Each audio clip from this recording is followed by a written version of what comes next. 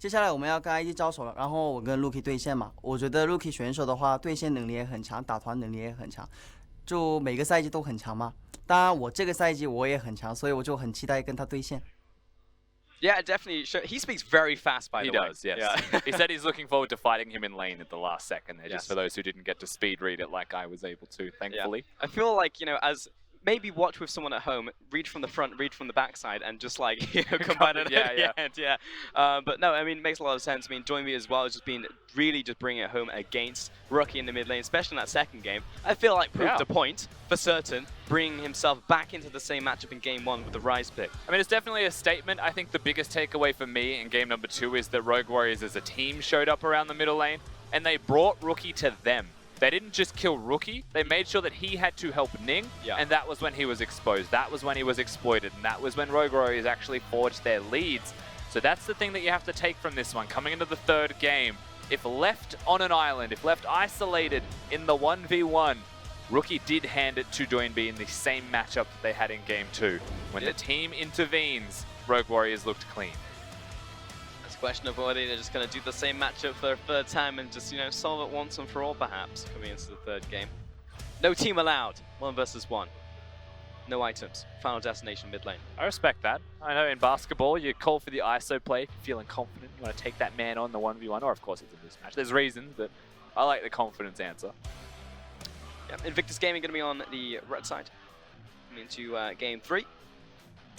So 2 times on the red side in this matchup. Yeah, it looks like both of these teams are actually choosing the red side when they get the choice. IG in game number 3 are going to pick red, and I like that. Usually, and this is something that is interesting, usually when you're on the red side, you have to ban Aatrox. But in game number 1, Rogue Warriors on the blue side banned the Aatrox away. So maybe they cannot play the champion at all, which shocks me given that Doinby is on the roster. That priority seems to be completely shifted, and that was where a lot of the junglers were banned when IG were on red. So maybe the ball really is back in their court. Yeah, maybe. I haven't heard anything else about any subs. I believe no subs coming in, so it should be the Shy coming in for the third game here. A big Theshy. Yeah. And also, I think that Flawless is decapitalized as L. I didn't see it in the last game. Ooh, we'll have to keep a close eye peeled for that one. I prefer the capital L here for no particular reason. I've just made a decision. Okay. I also don't want to fault the Shy in terms of performance. The reason that we want Duke back is that we can praise Duke's performance so heavily because he played incredibly well. The Shy just didn't get a chance to shine at all, and every time he was coming somewhere, it was on the back foot, his team was already losing. They pretty much lost the game at 3 minutes in. Yeah, it was an unfortunate day for him in the top side. It's just double unfortunate because he also had the Gnar in the top. So you just get to contrast the 2 performances. But again, there's another shot. Third and final game between Rogue Warriors and Invictus Gaming here for our match of the week. It's going to be Camille first pick, banning away the Aatrox on blue side with a Jace and a Varus again. Now still get a priority of Camille, so that's a big win for Rogue Warriors. Now IG, I'm not surprised by the first pick of the Orianna. I'm a little bit more surprised by the choice of the Trundle. However, Trundle is good into Camille. One of the few picks that can deny the hook shot. Oh no, it's happening again. I had a feeling he would do it. We knew the Orianna was going to come through, and you also know that Doinby is never going to back away from a challenge, so it always had to be the case. That's a dog. That's got to be IG's dog. It didn't look like it was a parody of any players or anything. That was just an actual dog. Yeah. The IG logo on it, so do the quick maths. Yep, there's going to be a Trundle pickup here for Invictus Gaming, and also a Kench from Rogue Warriors. Yeah, getting the Kenshi for Kahlua, one of the best champions for him. He has looked amazing on the choice, and still, we find ourselves obsessive over this Braum that has just rarely existed anywhere in the world except for IG right now in this set with a massive priority on it. They've seen the Tahm Kench, so the door is open for that option, and it does open the door to a Lucian once again if they choose, but at the end of the day, with the first 3 picks secured here, Pulse, I am still looking at Rogue Warriors getting the Camille and the Rise, and saying that is a massive start. Yeah, you're going to be feeling good about that one. I mean, it was one of the major factors as to why the early game went so well for them. Invictus Gaming will remove the SMLZ Jhin, but we look towards a second AD carry here as well. And Gnar, removal from the top lane. Master's like, can I please stop playing against Gnar? That would be fantastic. Invictus Gaming not going to ban the Mundo nor the Ornn, So it could be coming in as the final ban here, but may just give him a tank once again on the top side. Also needs to be considered here. The Shy's cannon is super strong, so Rogue Warriors have to ban that one away. You would expect that limits their draft phase here. IRG, they could ban another AD. They could pick one straight after if they're going to play the priority game. So that's what I would expect from them. Based off what we've got so far, Ashe, Varus banned, Jhin removed. No need for Azaya because the Rakan is banned. Thinking towards the Draven. Yeah.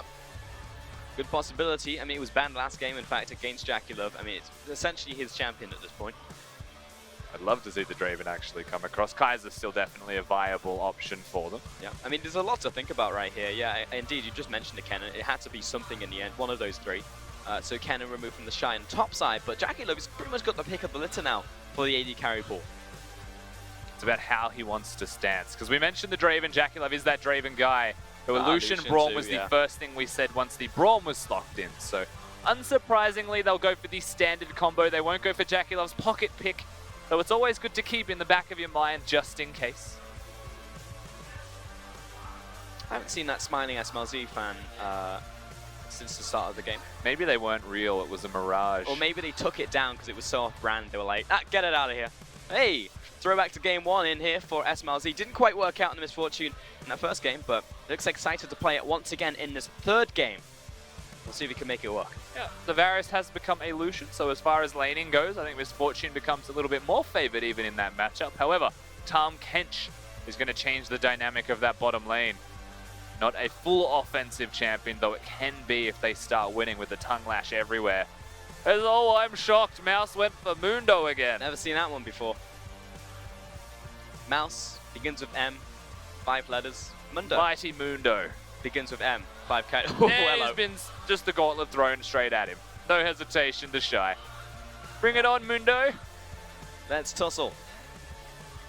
Yeah, Darius into the top lane. Again, we see a whole lot of Mundo and Darius in the top lane here in the LPL, so nothing too surprising. So it will matter about the junglers and their early pathing to whether the Darius and the Mundo, well, the Mundo can farm well, / the Darius can actually run away with the matchup in the top lane. I mean, this is Mouse's 18th game as Mundo in the LPL. And that is just such a peculiar thing to me when he's second most played champion, has 3 games played. 18 first, 3 second. He is pretty much a Mundo main and Mundo enthusiast in this current split. And the last time that we saw him on it, he got obliterated. But the set before, when Mouse is unlocked, when he's unleashed to just wreak havoc upon his opponents, Mouse cannot be stopped. No, he can't. I mean, you actually heard it from their opponents earlier. They were saying that Mouse is the type of guy you can't really move from the top lane. He's kind of this unmovable object. I mean, that pretty much fits Mundo down to a T. It's like, well, we can't deal with him, so we'll deal with the bottom side of the map. We'll look towards mid lane. We'll look towards the bottom lane itself. And then in the very same game, they actually completely body the top lane and actually unlock him. But again, that is a rarity for Mouse. He is the solid top side. I think you've got to have a rock somewhere in the Rogue Warriors roster because you've got so much craziness happening out of the other 4 members that you want some stability. Is a rock with a good teleport. That's always going to be the thing here for Mouse. Set up side lane, set up split pushes, do what is required of your team and be that role player, be that facilitator. And in this case, he is going to be on a tank. The rest of his composition, the Rise, the Misfortune, are going to be the primary sources of damage. Misfortune strong in the mid game, going the lethality build at the moment. Rise carries through the late game burden in the team fighting. But they're once again staring down against an Orianna and a Lucian. So they'll be strong in the mid game, they'll be strong in the late game. Their composition's team fighting is also very solid. And then they've got a Darius thrown into the works here as well. So bit of extra lane pressure in top lane. Things look good here. Very promising for Invictus Gaming's Game 3 draft. I'll see if they can actually just beat them down in lane phase once again as we come into our third and final game in this best of 3, our match of the week here in Shanghai.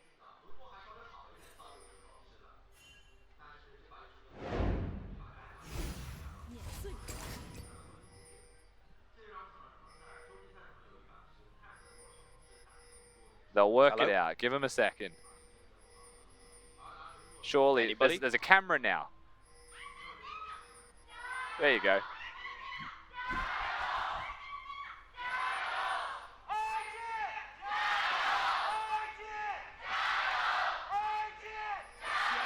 Now, for those who don't know, Rogue Warriors, leader of the fan club, is Doinby's girlfriend. So I feel like she's not here today in the crowd. And they were playing a game of chicken between all of the Rogue Warriors fans as to who would go first. So apologies for that delay. We don't really get a chance we've been swapping back and forth because remember we've been swapping sides and blue side always goes first. You could hear that Invictus Gaming very ready to go. You know, it was like, come on Rogue Warriors, where's your chance at? We're being respectful right here. Where you at? Of course, we got the chance out. We're ready to go. We're on Summoner's Rift.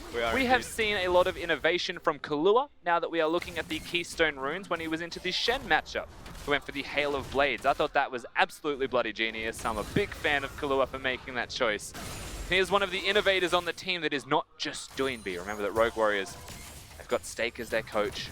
They know the ins and outs of certain matchups, and they also seem to know how to cheese to the highest level, and even in the smallest details. Kahlua seems to be very attuned to that style. This game he's gone for the Unsealed Spellbook and he's rushing the Ignite as his starter rune, summoner. Yeah, he's the only guy not with a vendetta on the squad, you know. He's the steady guy. You know, everyone else has got a revenge, a grudge to bear with another team. But Kahlua, you know, he's just here. He's just chilling.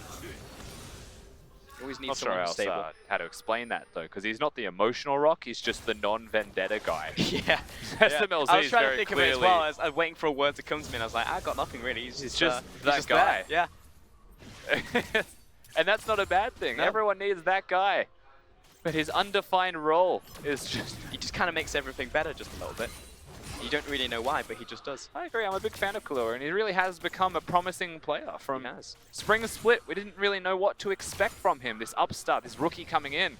But it really has lived up to... There was no expectations, but he's lived up and exceeded what anyone would expect from a rookie, and has come into his own. I mean, at the same time, you know, what a choice to go for a rookie in the support when literally every one of your other players is a veteran in their own right, you know. They all came off of teams where they were very solidified, actually, in their teams, you know. Now, this is important because we've hit level 3. Ning has not died. There has been no level 2 cheeses from the Camille. Everything has gone as standard. The one thing that has been iterated upon is Ryze's choice of items to start with. So he didn't go for the Mana Crystal, didn't rush his tier with Teleport. Kept the Teleport, but went for a Corrupting Pot. So he'll sustain his way through lane just a little bit better this time around, having the 3 potions, and more efficient with his gold spending. As Ning in the bottom lane. Oh, SMLZ low, but a lot of return fire onto Jackalov. It's going to be a great pillar. The 2-for-1's best one, the flash right here, saving AD carry. Ning following through onto Kahlua, though. He's dropped it very low on this TK, but now diving the tower. Ning's in very deep, and will trade his life here. SMLZ gets a kill. Oh, no, he doesn't. Kahlua gets it with the Ignite. That's so tragic. Now, SMLZ could have had doubles. They've just been taken away from him by an Ignite. Kahlua, unfortunately, will pick that up. The one time you feel bad that a kill just didn't go over to the right target. The end result still a 1-for-1 trade. I really do feel like Ning could have played that one better. He saved his flash for after the kill. Yep. But he flashes forwards, makes sure it's secured. They invested to the gank. Why not invest into the kill? They'll get that one down. How bad does that feel, though? Because SMLZ was hitting him while the support still got it. And he's going to get tagged on. Nice order act coming in from Baolan, and double flashes to secure. Oh, he's alive. The killer whale coming up big. The Knight in Shining Armor returns. The Toad comes. Oh, God, mid. He's dove very deep, but he's got a diving buddy with him in the form of Flawless. Rookie low, but it's going to be Doinby to fall first. And also his diving buddy. The shocks are there to finish him up. Kahlua's going 1 versus 2. What an absolute madman. In comes SMLZ. He's going to take down Baolan, and Kahlua going to do the same against the AD carry himself. All right, I don't know who wins, but there's a lot of kills back and forth, so let's take some stock of the game, shall we? Yeah, please, Rusty. There is 3 kills on Ning on this Trundle, so he is a massive Trundle. A botched dive in the middle lane. The cleanse is what was really clutched, however, from Rookie. So outplays his opponents, ensures his survival for a long time in that, and in the end actually does stay alive. In the bottom lane, Kahlua comes up huge, saves his AD, and then is able to take the 1v2 fight and bring the support, I believe it was, yes, into the arms of SMLZ, who's the recipient of the kill. So at the end of the day, there's a lot of gold onto one member from IG, where for Rogue Warriors, it is the similar idea, but in the bottom lane. Jackalov on Struggle Street right here. SMLZ, if that had been a crit shot off of the back of that minion, that would have probably sent him home. Oh, but he's been spotted. He might be sent home in a body bag, to be honest. Here comes Flawless and Doinby. Doinby 6, so that, they're able to make this pressure play. I found that one on mid-air. It's just... come on, Kahlua. The amount of saves he's found in this game, absolutely insanity. Joymi's going to be running away from this one. Balan doesn't tag, but we're going to be finding Apprehend on the backside. It's going to be everyone jumping over the wall, apart from the Rise. Rookie in from the mid lane with this clockwork winds up. It's going to be lights out for SMLZ as the chase continues for Rookie. They need to stop forcing. Rogue Warriors now Rookie chasing no summoners, so he's going to look towards the Shockwave immediately here for the kill. There it is, following up with the auto attacks. He's just going to run him down right now. Easy kill for Rookie, make that 2. Yeah, super clean there from IG's mid laner on the rotation. He's gone for the Sorcerer's Shoes as well, so very fast and dealing a significant amount of damage. Good stuff here from IG across the board, but at the end of the day... Oh no. Oh, it's continuing. It is, and it's committed, but it's Kahlua to come in first, though. Get him, he's a Kahlua. tanky Tam Kench. He's good, he's good. There's no shockwaves. Nothing's actually going to kill the Tam Kench. I think they were, in the back of their minds, they weren't sure who it was. They didn't check. They remembered everyone's got a teleport, Rusty. Look at them. I mean, Kahlua had to exchange a summoner spell for that teleport, so that might be what caught them by surprise. SMLZ is the teleport user. And Doinby and Mouse. Yep, so Tam Kench comes in. He'll survive. And let me tell you about Kahlua. That man is the Mexican goalkeeper right now. Yep. Nothing gets past him. The safest hands in the East. Ridiculous. We up to, it's like 2 or 3 now. I think 3, actually, on saves. May as well just keep a counter on him in particular. Save Rogue 3. Warriors are a team that goes pretty deep, Pulse, in case people haven't noticed. Yeah. When they make a decision, they have committed to the decision. The foot is down, and so they make the play. The sledgehammer is already swinging. That's why I like the sledgehammer analogy, is because there's so much momentum. They've started swinging, and there's no stopping. You know, they're already in, and it's still going. You know, like the amount of times I've seen Doinby and Flawless dive together in this series underneath the tower at probably the wrong time, too damn high. In my defense of this analogy, I think a two-handed axe is the same thing regarding that momentum. Okay. Regardless of that. One's sharp and one's a blunt object. Yeah. But you also believe I that think units are they're fridge, sharp. so I don't really know what to believe, to be honest. I think Rogue Warriors are sharp. I think it's just that simple. Okay. I see it, I see it. Sizable disadvantage for them though in this third game. 8 minutes in. Again, a lot of this set has been early game advantages being a snowball closeout. But when IG are behind, you don't really feel the same miracles capable as when Rogue Warriors are behind. That's something that you have to consider through this game. That's also how fast it can accelerate, right? Because in that first game, it was insanely fast. Doinby in this mid lane. dive. He's about to be caught in the middle of 3 separate members. Shockwave's going to start it, jacking over the wall of the culling, and Doinby is getting thoroughly cold right now. He's looking to back away to the top side because here comes the jungler, but it's not in time. Might be able to get a return kill for us, but now he's under attack by 2. He's going to get dropped. SMLZ turns up to the plate, but he's also low as well. 3 kills go over to Invictus Gaming. Now, Kahlua does take out Jackie Love on the backside. If you're wondering where that support was, he wasn't saving his team. That man was going deep. Gets himself a kill. Rogue Warriors, they make it a trade in the end. But holy moly, take a second to look at the level difference between junglers. That is 3 levels. There's level 4 to level 7. Uh-oh, top lane has to burn the perfect timing. Let's try to find that in the lane by himself. I mean, that's absolutely huge for him. Yeah, it definitely is. If Amundo has to blow that stopwatch early, then he's going to be able to kill him later on. It's just a phage. It's not an Executioner's calling. It's not anything that threatens the health bar of Mouse. That was just purely a trade from a Darius. And that's a lane we haven't even looked at, because the rest of the map's just been pure chaos. It absolutely has. I mean, that's good times for Darius in the top lane. You know, Mundo doesn't know what a jungler is. He was born without a jungler. Hasn't seen one until, you know, he was like level 16. Yeah, it's like what we said from the first game though, you know, top lane becomes an island, suddenly IG look good. Mid lane becomes isolated, suddenly IG look good. A lot of the trades from Rogue Warriors have been in the bottom lane, so that's where a lot of these IG strengths are really forging themselves through. I mean, we call them the true heirs to the throne. You know, right now it's being seated by RNG, but definitely Lane Kingdom sells them as a team on top of that. But currently 9-3, just constantly winning these trades out, and just rotation's not working out in the end for Rogue Warriors. That seems to be the major problem. And Kahlua, bless his heart, trying his hardest in this game to make it work. You know, He really is. He finds multiple saves, 2 or 3, then kills an enemy by himself. It's like, well, they can't kill the dead, but apparently my team's dead anyway. There wasn't a lot he could do for saving his team anyway. They were running up, they were running towards one another. Flawless may have said, I'm coming from this direction, but when you really put that into perspective, I would run away from Flawless. He was level 4, so he's not going to present any kind of threat. Flawless counter gang, ultimatum comes through, but he's dragged back in. As I was saying, he's not going to present any kind of threat and should not have made that play. So now they're going to try and defend mid lane. No shockwave, but no problem. IG have got 4. Baolan from the bottom side doesn't connect the concussive blow, but in comes Jacula. They just want the tower right now on Invictus Gaming, and Flawless and Doing Me combined 0-7. This is the duo queue from hell if you're playing solo queue right now. Certainly is. It's like watching Raz play jungle. Absolute disaster. 9-1 actually on the opposite side, conversely, for Ning and Rookie. I mean, again, it seems like if this was a best of 5, I'd fully expect Rogue Warriors to do the same thing to Invictus Gaming in the 4th game. Unfortunately, this is a best of 3. They have no more games. They're back against the wall. Oh, They're well actually done. coming for a counter punch because Ning is in very deep. In comes Rogue Warriors. They do secure this one. That one actually goes kill credit to Mouse. Rookie and Baolan moving towards the misfortune. SMLZ, your only choice here is to ult the wave. Uh-oh. He's not going to see them, so he's not going to know. He's just spotted one.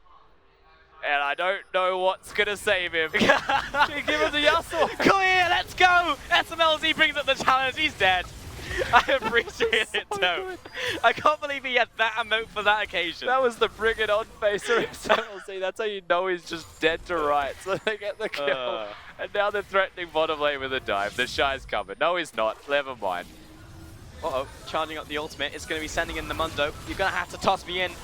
Now you're going to have to get me out of there. Oh, no, I want in once again. Join me, flashes forward. Baolan rises to the challenge. Jackie no flow. Rookie on the retreat. Low on mana. Oh. Double flash. Nice lead coming in from Flawless. He looked for the second onto Rookie. Oh, hits a minion. Rookie's going to be happy with that one. The tongue connects, they're however. diving. And Ning, he's looking for the defense. A lot of low health bars. Might be a return kill, but join me. He's got the save. Oh my god, Kahlua.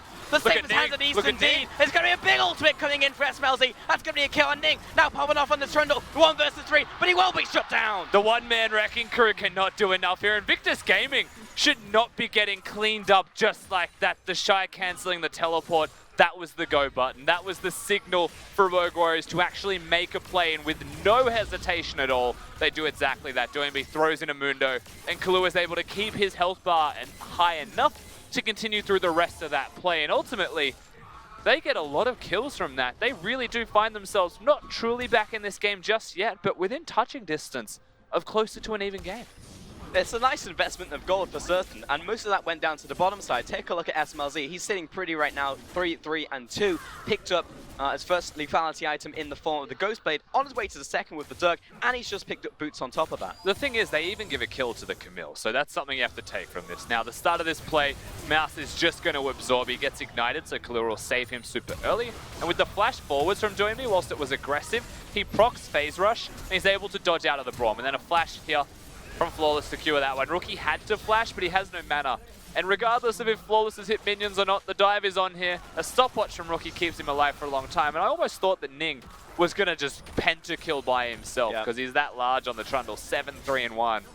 But he couldn't quite. Full health Trundle underneath the tower with ultimate. You were expecting miracles. He also has skirmishes on top of that. There is a chance that he just beats everyone to death with his club, but not to be the case. There was enough in the tank. That being said, even though that was a lot of kills over to Rogue Warriors, Invictus Gaming have taken down all 3 outer towers. Yeah, during all of that time, the Shy was absolutely obliterating top lane's turrets as well, so he's been able to hard push that one forwards, and whilst he doesn't have the teleport, neither does Mouse after that play, and back in the 1v1 isolation, note that he has rushed a Trinity Force. I feel like Mundo may not feel too good about that one. He may not go where he pleases. Yeah. I mean, that's the thing, right? When you go Triforce into that matchup, it means that I want to face the Mundo in this 1 versus 1. You know, if you get ahead of the curve, also going to be great in skirmishes and team fights, but primarily looking to put the hurt down onto your opposing lane matchup. Fully expecting an Executioner to come in on top of that. So it really is just an arms war in the top lane, but one side is buying guns and the other one is buying riot shields. Shields have a moderate degree of success. And shield bash people. I'll give you that one. Yeah. But you are correct. The Shy is well and truly online and should be blasting his opponent in that 1v1 now. The jungler is the big point of weakness here for Rogue Warriors, 1 and 5 compared to 7 and 3 of his opponent Ning. So very clearly, if there is an isolated jungle skirmish or if there is a situation where IG can rotate around their jungler, the objectives will crumble. This is an example of exactly that. This is going to be another nice bit of tempo in the back pocket for them to spend later. Where to place it, that's the question. They have got so many options. There's a wealth of choices. With all of the outer turrets already dead, including the middle lane. They don't have to go there. They could go threaten inhib turrets even after the inners go down. Ning immediately in the top lane. Watch out, Shelly might go mid. You never know with Shelly. What a bloody chance. Nah, she's going to go top lane. Good at playing co-ult, Shelly. Going to crack the tower. Bot lane. Get another charge off, actually. Rogue Warriors are all on the bot side. Flawless has to recall, so there's a charge onto the inhib turret.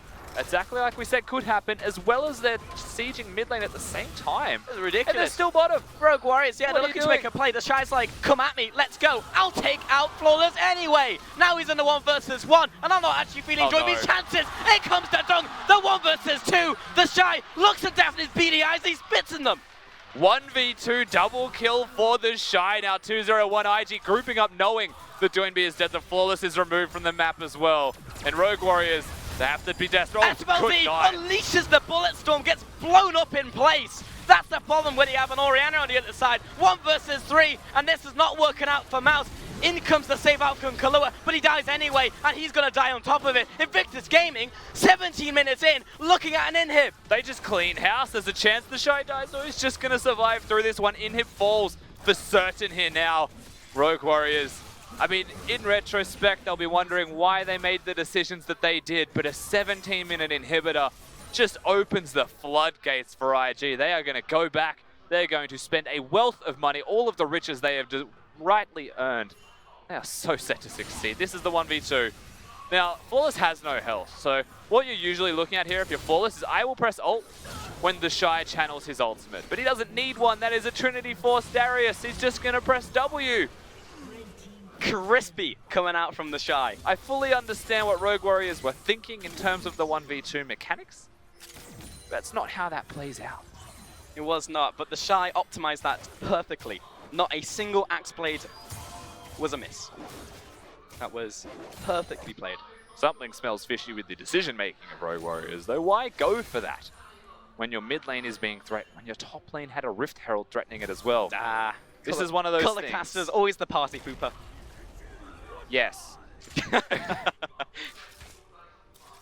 Because it was wrong. It was, Rusty. I agree with you. I think a lot of things have been wrong, specifically around the mid part of the map here for Rogue Warriors in this game. Take a look at the mid and jungle. 2 and 11 between them. Bot side has been doing a pretty good job for Rogue Warriors. Yes, resources were invested down into them, but overall, Invictus Gaming have run away with this one. Wins the top, wins the mid, isolating their matchups and amplifying their lane kingdom. Yeah. So here's where it gets real dicey.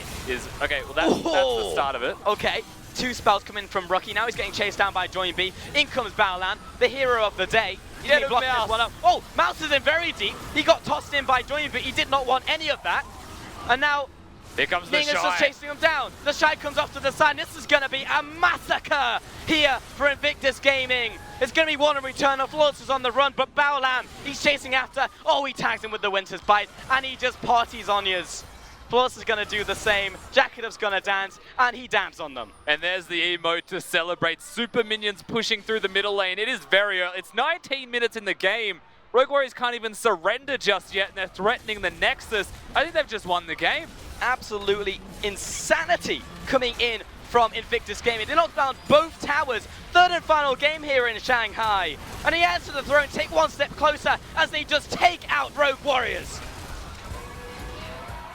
And that's a scary Invictus Gaming if ever I have seen it. It was a chaotic start to this game, but a lot of the chaos was forged by Rogue Warriors' decisions. Calm, collected, and clean from IG in the response. They get the kills. They get a 19-minute, just I think near 20-minute victory over Rogue Warriors in a battle of first versus first. Solidifying first place now in the entire conference. Entire league, I should say, not only in their own conference. But smiles on the faces of both teams. I mean, ultimately well played to Invictus Gaming on the day. There were highs and lows from both teams, but ultimately Invictus Gaming were the ones to strike harder in that 3rd game. But individual outplays, team fights, laning, I mean, it was all just Invictus Gaming. And what a way to decide who is the best between the East and the West as well. When IG take on Rogue Warriors, Invictus Gaming win with the fastest game of the split on top of all of that.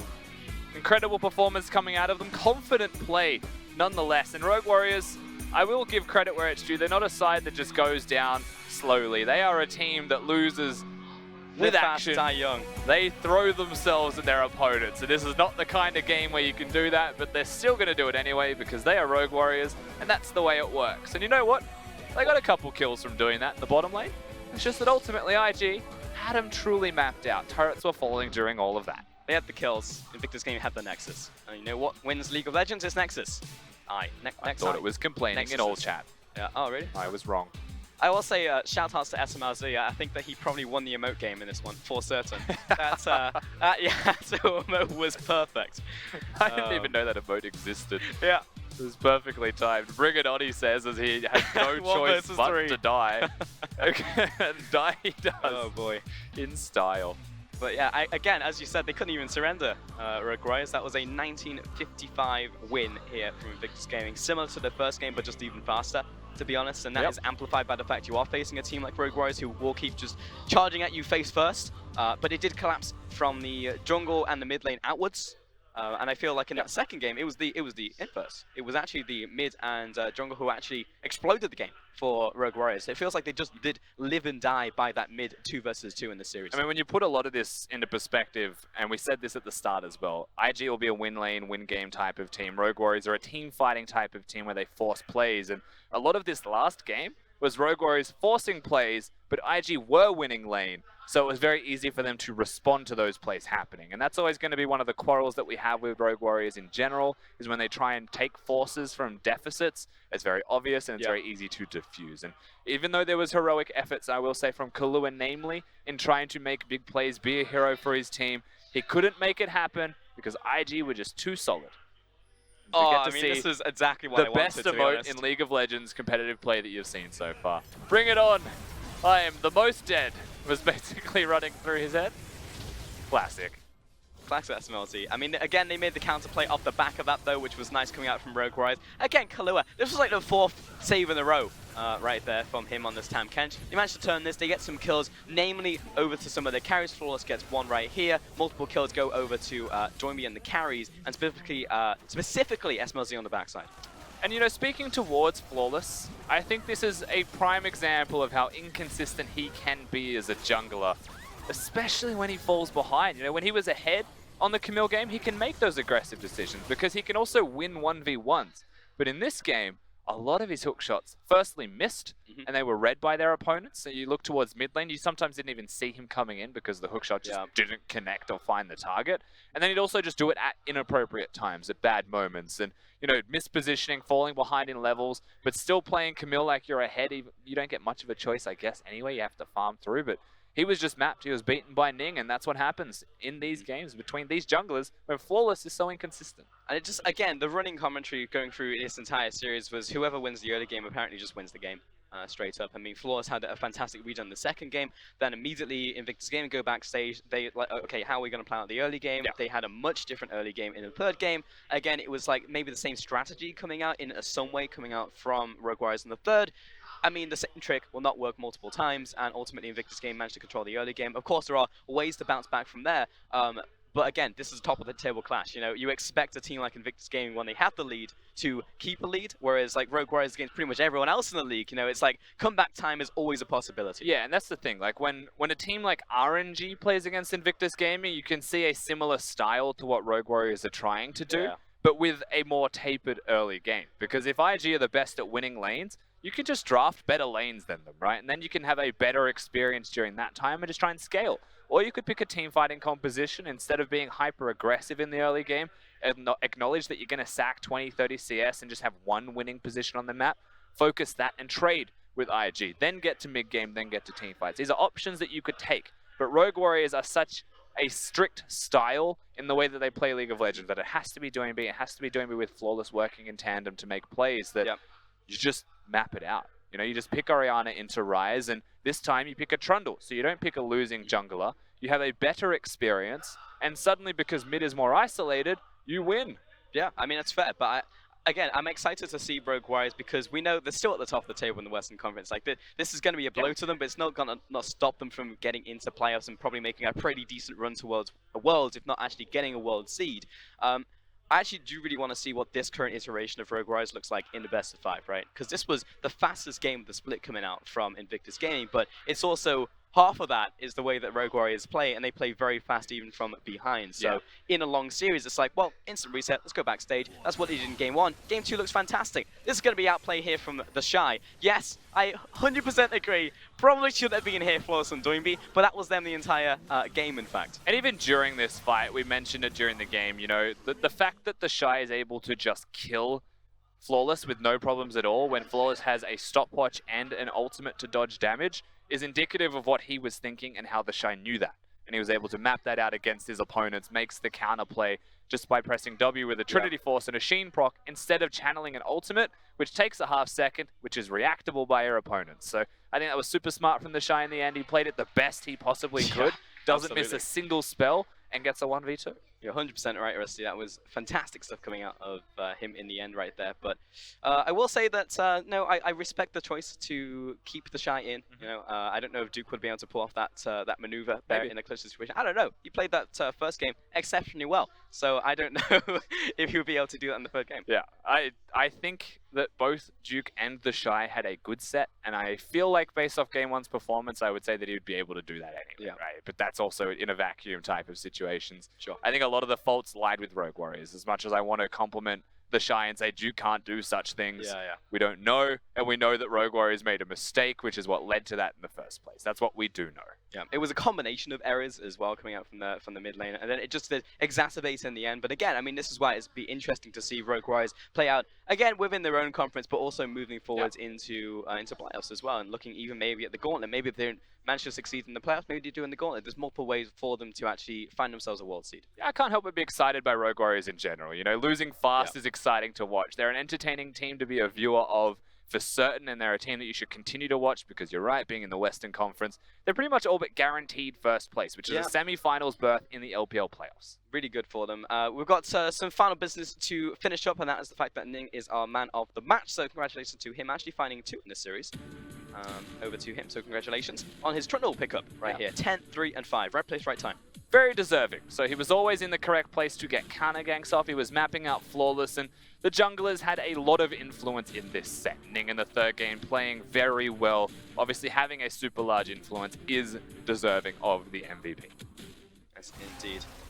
This is going to be the final fight right here, and I appreciate that they chucked in Mundo like Gimli. It turned out very differently from the Siege of Helm's Deep. He doesn't have a stopwatch, so he just gets one hit. SMLZ is kind of using his ultimate in melee range of people, so he has to get gobbled up. And really, everyone's just losing on every front. This is one of those fights where you're looking at it and you're like, they couldn't be more desperate, but they're still making plays, and I respect that. That's kind of just how you feel about it. Is, you know, stopwatches. Yeah, it's going to be a thing. Missed time right there by the Shy. The Shy couldn't get any spells off. He kept trying, but he missed them all. I appreciate what he was looking for there, but again, really clean stuff coming out from Invictus game. But appreciate the fact that Rogue Warriors, no matter what situation they are in, it will continue to fight until the last man. Let's take a look at the standings, though, and see how the conferences are now shaping up after today's games. We had 3 coming our way. It's been a long day for us.